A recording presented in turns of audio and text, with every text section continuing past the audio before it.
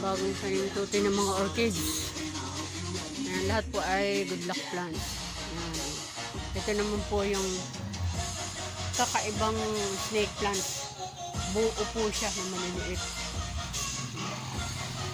Ayan, bumulaklak na po yung isang snake plant. Bulaklak po.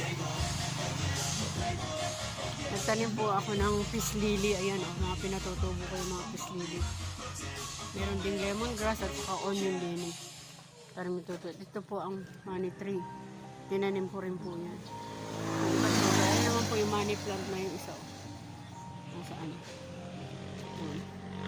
Meron din po kami yung lemon.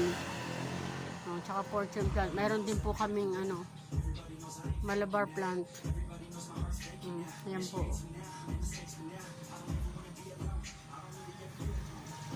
Please like and subscribe po Nanay Lynn channel and I.